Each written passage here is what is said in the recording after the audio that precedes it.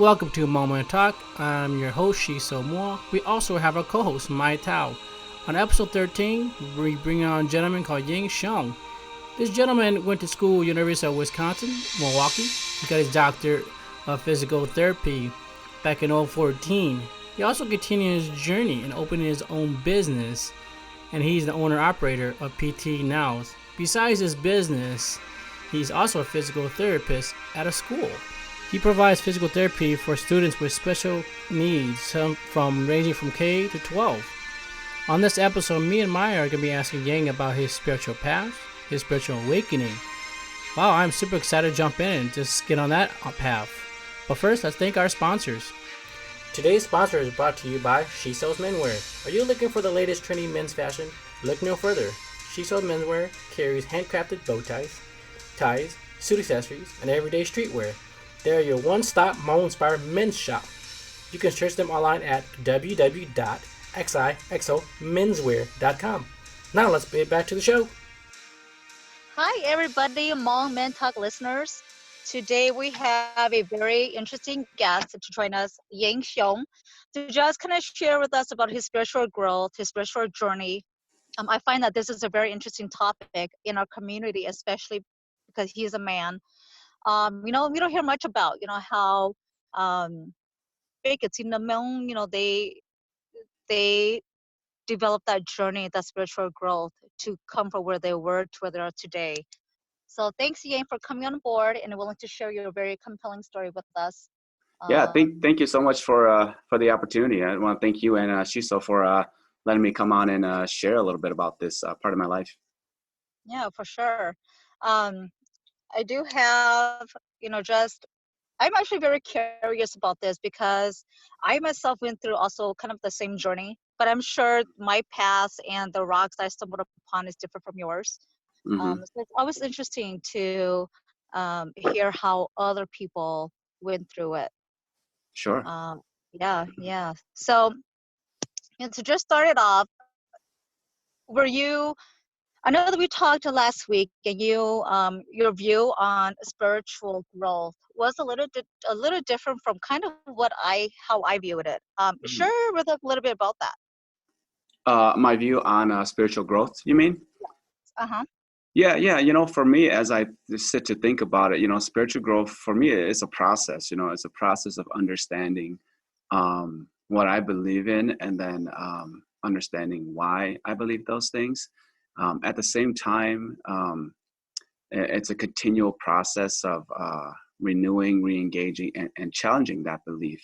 As I grow in other aspects of my life, I continue to challenge that and try to understand how that impacts and how that kind of leads or affects my daily life.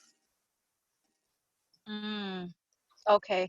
So when you look at spiritual growth, is this something that's religious to you? Is it not religious? It's just something that you feel that Yeah, for me, I think people use different terms. People use the term religious or spiritual. I think I would probably go with the term relationship. As I think about like what I believe, I think of it as a relationship with what I believe, and then it's like any physical relationship, you grow deeper in that relationship, and so that's how I would think of it. Okay. Yeah, I actually never thought about that, like in that term or that Yeah, relationship. yeah, Interesting. because I think a lot of times we think of a religion or a spiritual belief as a set of rules, right, or a set of or a system of belief in which we engage in certain practices. And for me, I think it's deeper than that. I think that can be the beginning, or that can be some aspects of it. But to go deeper, I think I would describe it as a relationship that continues to grow and gets deeper within myself, and in that impact in my life as well. Okay. Interesting. Sal, did you ever go through that, Sal? For my personal growth, or spiritual growth, I I came from slightly different kind of side. I mean, yeah, I grew up in in a household of shaman, Hmm. Mm. but however, I don't practice it. I may be bald as a Buddhist, and I've been to a temple, but at the same time, I've also been to church, but I've Hmm. never read the Bible yet. So my Hmm. journey for spiritual growth is more, I would say different, but it's growing, like you said, like a relationship too. Sure. Hmm. Mhm. Wow, yeah, that's very interesting. Hmm. I think I have to reassess um, my journey as well. Hmm. Like, was it more relationship wise? Was it more religious wise? Or was it like spiritual? Hmm. Um, Regardless, I think it brings us to I think the purpose of it is to bring us to a better place, right? Hmm. Um, yeah. But did you grow up in a faith-bound or religious home, or was it kind of just neutral where your family was like, whatever path you choose or however you want to do this is totally up to you? Yeah. So my family we weren't a religious family. My parents and my family would identify as Christian, and that's how we did grow up. But it wasn't like this thing where my parents made us go to church or anything like that. It was kind of to them. I think they saw it more like a community, a community of friends and people that could help, and a place where they could go to learn, certain things that could be helpful in life.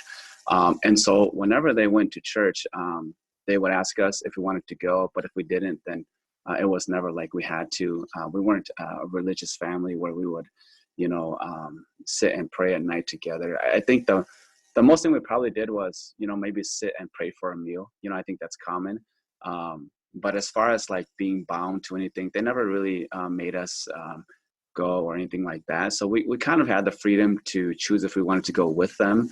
And if we didn't, they never really made an issue about it. We weren't we weren't shaman, but certainly when you go to certain things like funerals and among events, then certainly a lot of the shaman and the cultural aspect comes into play as well. And our family never really had an issue with that. So. Mm, Mhm. Yes, yeah. okay. So for me, finding of my faith, it was kind of on my own, as a person. And when my parents went, I would go to church with them, but really to kind of understand, believe, that was kind of my own personal journey, um, apart from my family. Okay. How did you? I mean, if we were to talk to a lot of people, I think that I don't know about you, but like for me, if I was in a room full of people or like 10, 20 people, I can probably say probably just 3 to 5 people in that room can kind of relate, on what spiritual growth is. Hmm. How did you get started on that path? And why was it important that you did it?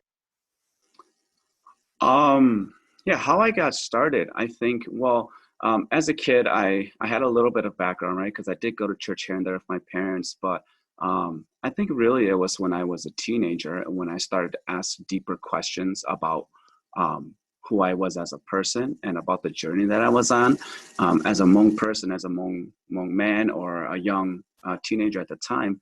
There's a lot of pressure to be, to be successful, to be strong, to be all these things. And I think that at that point in life, I was thinking about, okay, what's truly my purpose, right? My parents have taught me to do well in school and to do all these things that culturally we desired, and socially. But I wanted to go deeper and think about, well, what's my passion in life? What's my purpose in life? What do I do? Like, do I just go to school, get a good job, make money, and die? As a young person, I thought about these things. And so that's what kind of led me to kind of seeking something that was kind of beyond what I could physically see in my physical world. And I guess I'm thankful that when I was young, I thought about those things because it's led me on a really long journey. And the journey still continues. I think it's a lifelong process, but it's led me on a really long journey from the time of discovering what I believed in, and then developing that and growing that and kind of evolving and changing as I've grown older. So, Mm, mhm. okay.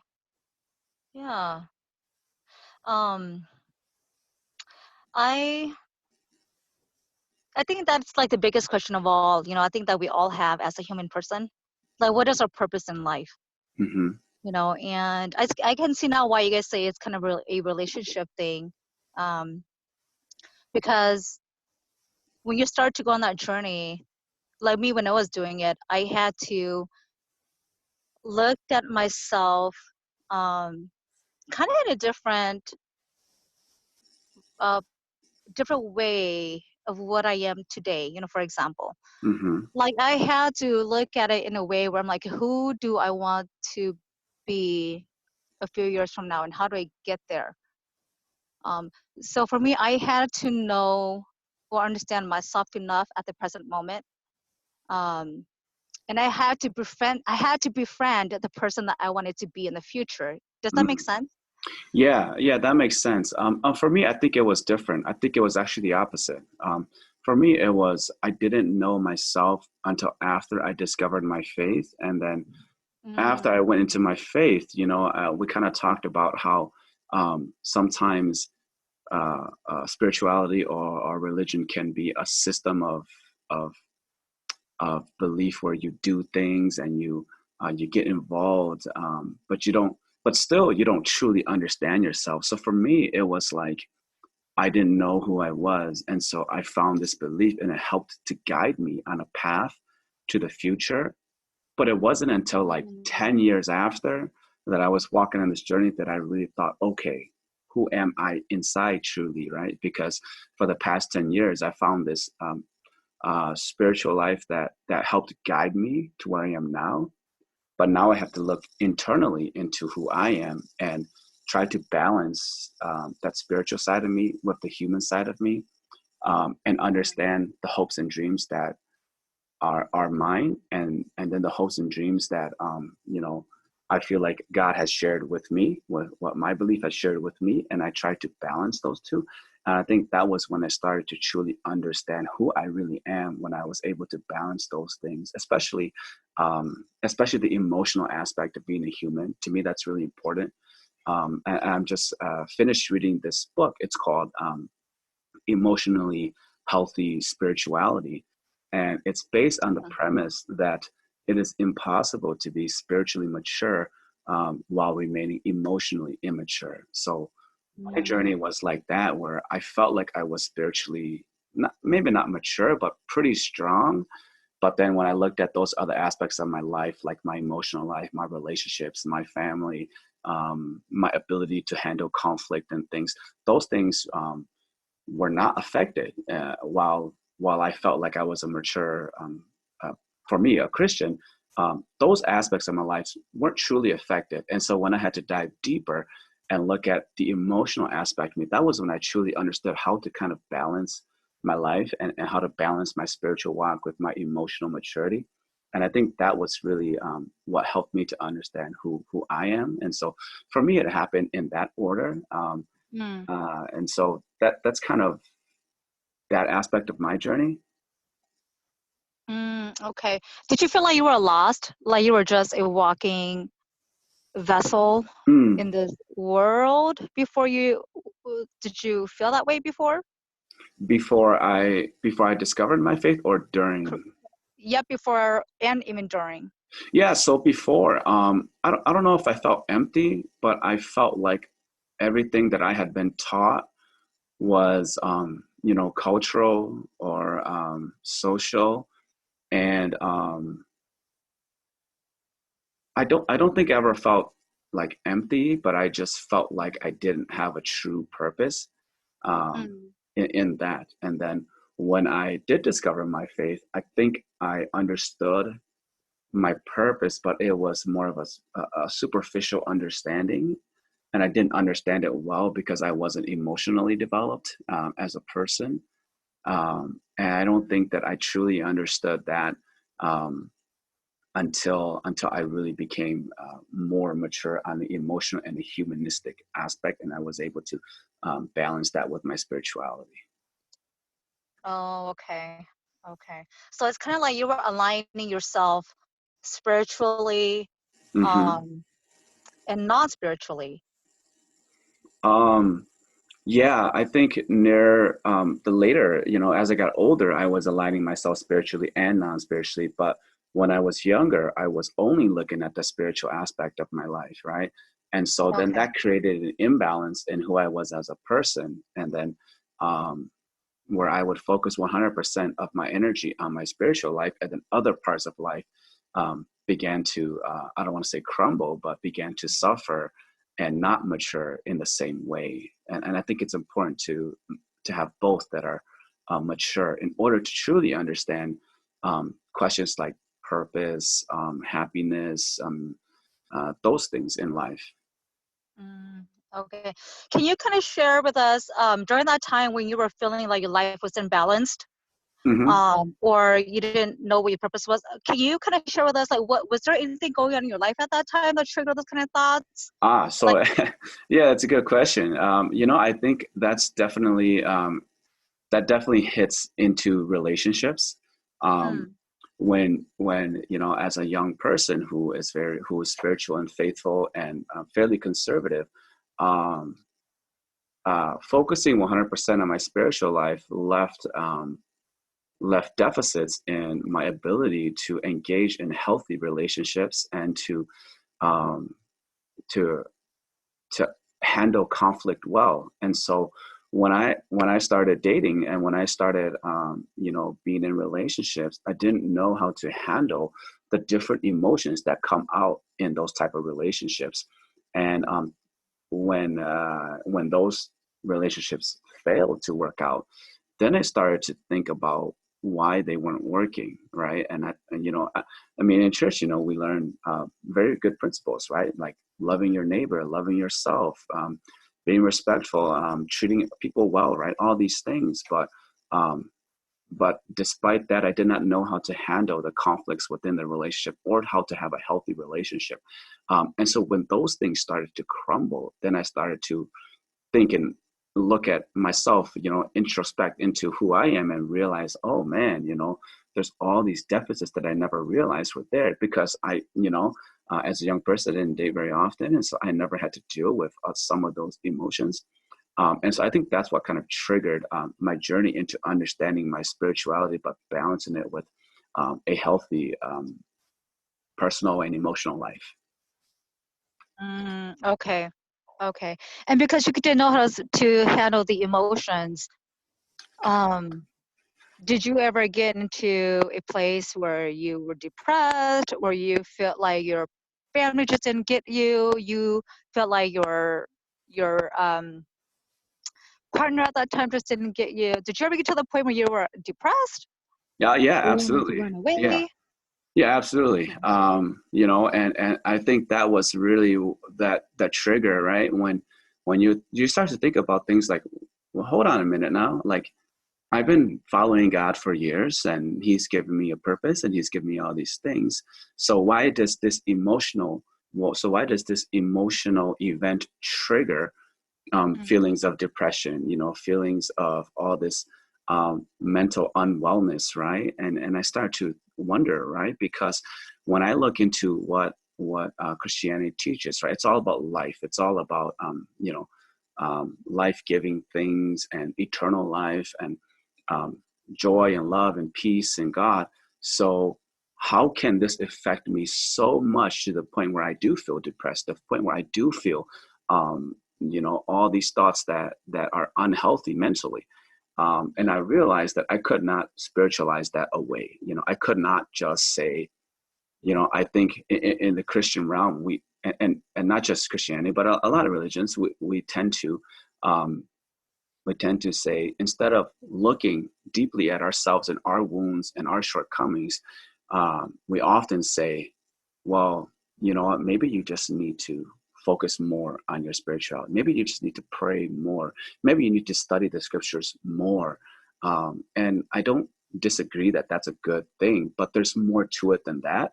And it's oh, a human aspect that we have to recognize. And that is what kind of triggered me to understand, wow, like I have a lot of these deficits. and that my spiritual life is a component of that.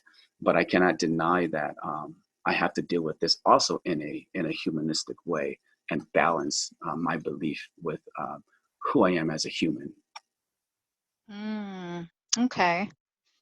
Interesting. Yeah, and you know, because I don't want my faith or my religion or my belief to be like a layer of protection in my life, right? I want it to be an active, engaging relationship, but Right. when something goes on, I don't want to use it as protection. And people will often talk about this, you know, as a crutch, right? Uh, Yes. you know, and I don't think the intention is ever to be like that, but just the very basic belief that that's what you should focus on can sometimes have that effect if we are not self-aware of those other aspects of us that we need to really look at deeply as well. Right. And I think that if people are not self-aware of where they stand, whether it's with God or with any other belief, Hmm. then their belief starts to become kind of their excuse. That's just me. I think that it starts to become kind of their excuse of how they are or who they are. Because well, I'm this way because my practice has taught me to be this way. There's Hmm. no accountability for their human Yeah, I mean, natural built. yeah, and that may be true. That may be, truly because that's what they believe. You know, that's Mhm. that's that's what they've been taught, and Right. and I respect that because sometimes that is kind of the belief, right? Where I am this way because of my faith and my spirituality, um, and Yeah. I think when I was younger, I probably would have said that too. Um, just not being self-aware, right? And so I think it takes uh, a sort of maturity in the spiritual belief and also in who they are as a physical person to be able to Right. look at it and multidimensionally. Um, and even in that, sometimes a strong conviction in the faith um, sometimes will override that thinking of personal, physical, mental health. And I can respect that too because that person's faith and their conviction is so strong um, that they see that problem as purely spiritual. Mhm. Mm. Okay. Now, how did you even get started though? Did you like move out of state and go live on Bali for a couple of years, or like what? Like, Like like you mean moving? when I like when I first came to faith, or later on when I started having relationship problems and needed to revamp my faith. Yes, when you needed to revamp your belief after You know, you know, I wish I went to live in Bali, but no, that's still on my bucket list at some point in life. your minds too. Yeah. No, for me, I was forced to look at it, because I was going through these emotional problems and I was going through depression and all these things. So I was forced to, right? It was like I needed to survive, For me, it was Okay. survival, right? Because in my daily job, I work in healthcare. And so I started Mm-hmm. looking at how it was affecting me, not just mentally, but physically. And I started to see like how my mental health was affecting my physical health, things like sleep, eating habits, things like that, right? Right. It started scaring me. I started looking, I was like, wow, this is not healthy. And so it was either survive, figure it out and survive, or not survive, right? And Okay. because of that, I have a very strong. I'm a very strong advocate of mental health, right? Um, Mm-hmm. and I went through it, and thankfully, I didn't have a lot of friends at this time. I had only been in Minnesota for a few years, so the strong community that I had where I came from was gone, right? And I didn't have people to lean on. I had family members that cared about me, but they didn't understand what I was going through spiritually, emotionally. Um, and so I did have one or two friends that were able to be there for me and help me through some of those tough times. But at the end of the day, it was either evolve and survive, or stay in this really crappy position in life and who knows where I would be if I had stayed there. You see so much in today's society about unhealthy relationships and about suicide and murder suicides and that wasn't a place I wanted to be. And so it was out of sheer desperation to survive that I was forced to really grow and to really understand who I am and make positive changes, including my spiritual walk and physical and emotional walk. But next time, hopefully I get to Bali one day. Oh yeah, that's definitely my bucket list too. I'm coming with. Yeah, all right, let's all go. Let's all go. We have to all go and make that. Right. I've known some people who has been to Bali and they love it. I think because it really just means peace and just making amends with yourself, like forgiving yourself. And like when I hear Bali, that's what I think about. All right, so Yang, throughout your journey, what have you discovered about yourself that you didn't know before you started it? Yeah, I discovered that I have a lot of change to go through. I think that when I first founded my faith and when I first began my journey, I didn't realize how much I would evolve as a person. And that's something that has surprised me. And I think that if you knew me 10 years ago when I first started my faith and you knew me now, I think you'd still recognize me, but then you'd also recognize, wow, this guy's really changed, become a different person. And hopefully that's for the better. Oh, okay. I'm pretty sure when you look in the mirror every day, you probably think that to yourself too, like, wow, I've come a long way. Yeah, I do. To be honest, that is the truth. And, I hope to continue in a positive progression. That's good. Now, Yang, have you found what you were seeking all this time? I think that I was always seeking like a meaning and a purpose. And I think that that has helped me to find happiness as well. So I think that continues to evolve, but I realize that for me, that meaning and that purpose isn't something that I truly find outside, but it's something that I create from what I believe. And so, for example, what I believe combined with the balance in my life, I realize that like every day I wake up and what I want to do is to give that balance, that joy, that happiness, that meaning and purpose to the world. And so for me, I have found it in that way. But as I said, I continue to mature and I continue to evolve. But I would say, yeah, when it comes to meaning, purpose, and happiness, I think I found that, in the balance of life and in my ability to look at myself and say, okay, every day I want to wake up and I want to have this attitude, this personality, and I want to reach the world with this purpose and happiness that I have. So yeah, I guess to answer the question, I would say yes. Okay. Is that happiness to you? Do you believe that at this point in your life you found happiness? And of course, happiness is different to everybody. Do you think you found happiness? Yeah, well, yes, I think I have for me, right? And my understanding of it is because I used to seek it externally, right? But now, because I have the meaning and the purpose, that makes me happy. And every day I wake up with that intention saying, okay, I'm going to go into this world happy. So I'm not waiting for situations and circumstances and other beliefs to make me happy. But because I have that internally, I wake up with the intention of giving that to the world, in whatever interaction that I engage in or whoever I meet or just whatever I do. That's my intention, to live that way. And so every day is not always super happy, but every day it's my intention to be that way. Okay. So it's kind of like you wake up every day with the intent to live every day. Yeah. Yep. And I think that the reason I'm able to do that is because of the balance between my spiritual life and my emotional, mental maturity and where I am in life. And I think that has allowed me to wake up every day with that intention to be happy and not wait for something to make me happy. Does that make sense? Yes. That does make sense. That does make sense. Now, now that you are, it seems like you're a very happy place now where you were before.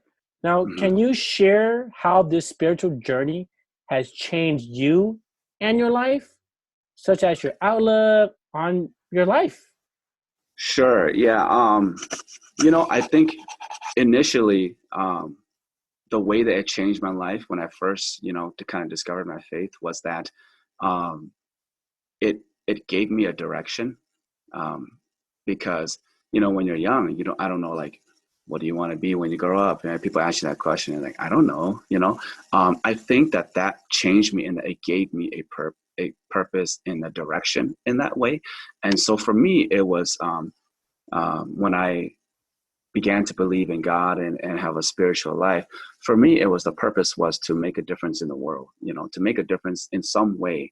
And that then opened up different pathways to my career, um, my social life. And so that took me on that pathway. And so changed me from a person that was focused on, you know, um, making money, being successful in school, pleasing my parents, my culture, and those things. And it changed that into um, being able to make a difference. So it changed the path that I physically took. Um, and the funny thing was, though it changed that path, all the other things that I was seeking, those came along with it. And so I'm very happy about that. I'm very thankful for that. So yeah. That's awesome, man. That's awesome. I Thank mean, you. this has been a long journey for you Hmm. for quite a while now. And, you know, I just noticed that you were on the last trip, you were in Colorado. Is that something spiritually or that you love to Yeah. do? Just hiking in the woods by Yeah. yourself or with some friends? Yeah. It's one of those things that have helped me to overcome a lot of challenges in life, being outdoors. There is a verse in scripture that says that, God's qualities can be found in nature.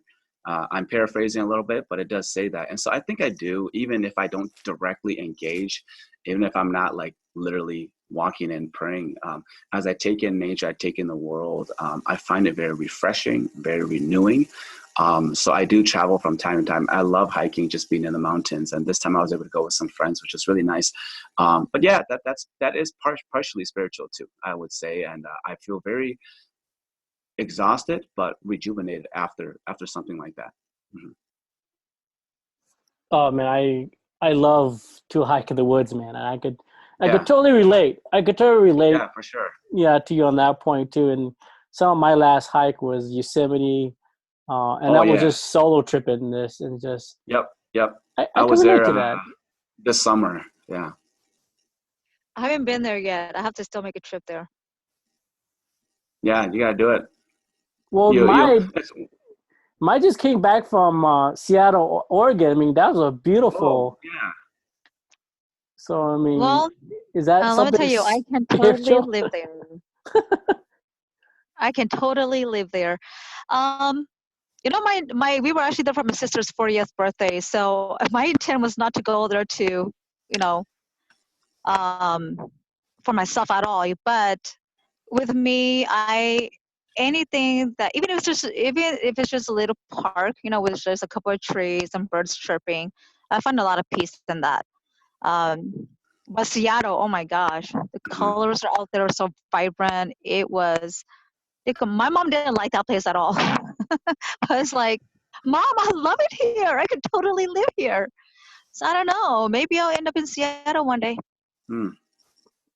Yeah, I've heard great things about Seattle. One of the things I love about being outdoors is, like, I don't know, especially when I was in Yosemite, just how huge it is. You Mm, stand there and you look at everything and you realize how small you are in this world, and then you realize that this world is just a speck in the entire universe. And so that often makes me wonder and awe about what else is out there, and about the magnitude of the world that's outside of what we know. And so I think that's right. also partly that spiritual aspect of it. Yeah. Earth's gift to us. Hmm. Well, any last regards, Yang, in your spiritual growth? Yeah. Sure. I think I just want to encourage people that, I think in this day and age, sometimes spiritual growth or spiritual beliefs can get a bad rap. Um, and I just want to encourage people on their own spiritual journeys to continue to focus and to develop it and to grow and mature as a human being in the aspect of spirituality and as well as the aspect of being a human. And I think that's very Mm-hmm. important, to be balanced and to mature in that way. And to understand that, in this world there are so many different beliefs, and that's okay. And that's okay. You can have a very strong spiritual belief of your own and still respect and love and journey with other people through their lives, and use every opportunity to grow and to challenge yourself in what you believe.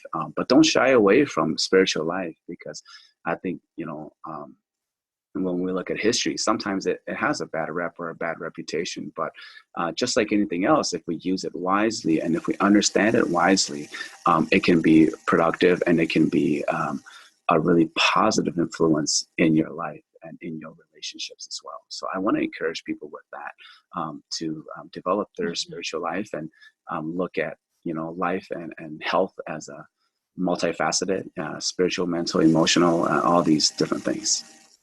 Right, right. And I think it's important for us to note that, everybody sees spiritual growth as something different. Some maybe Hmm. see it as, the higher power, like for we might see it as God. Hmm. Some might see it as, going to the temple, and Sure, sure. worship the Buddha. So yeah, I think everyone just really has to find their own journey in this and to find what that means to them. But, we are so happy you found yours. Well, thank Um, you. yeah. I am too. It's definitely a long journey, and I hope to continue to grow in it. Hmm. Yes, for sure, for sure. Well, we're gonna So wrap this any, up. Yeah, no, I'm super, excited to have all of us on and talk about this. hmm I am more definitely of a listener. I'm still looking for my path and my spiritual too. Like I said earlier, like, hmm I'm not a very a religious guy. Like I said, been to church, not read the Bible. I live in a Hmm. household of shaman, but I don't practice it. I'm bald like a Hmm. Buddhist, but I don't. I've been to a temple, Sure. and I've been to an Islamic house. I'm Muslim, and just to Yeah. sit quietly. But again, like I'm open to just see what's out there.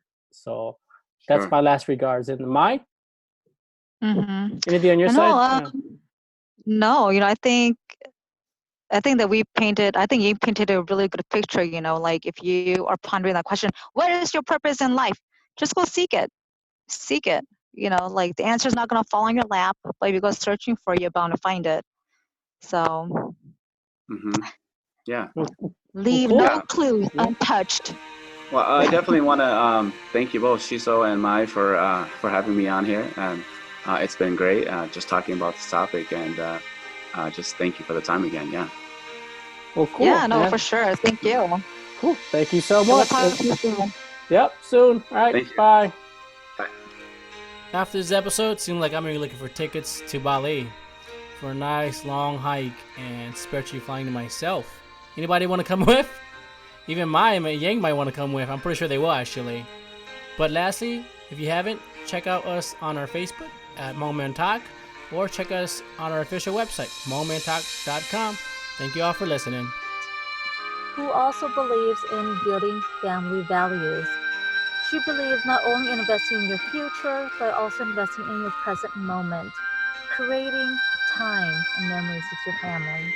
If you have any insurance needs or any questions, please don't hesitate to call her at the link below.